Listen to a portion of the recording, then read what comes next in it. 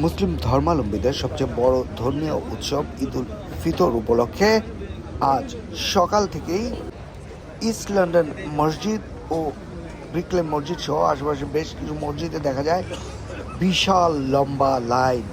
আপনারা দেখতে পাচ্ছেন এই লাইনটি চতুর্থ লাইন, তারপরেও এখানে না হলেও কয়েক হাজার মানুষ অপেক্ষা করছে শেষ জামাতটি ধরার জন্য। আর এর আগেও আরও 3টি জামাত ইস্ট লন্ডন মসজিদে অনুষ্ঠিত হয়ে গেছে।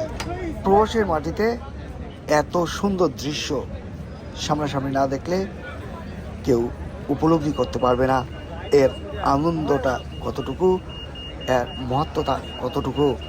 প্রবাসের মুসলমানরা ঈদের আনন্দ একে অন্যের সাথে এভাবেই ভাগাভাগি করে নেয়। মোহাম্মদ মাসুদ জামান, এজি অনলাইন লন্ডন।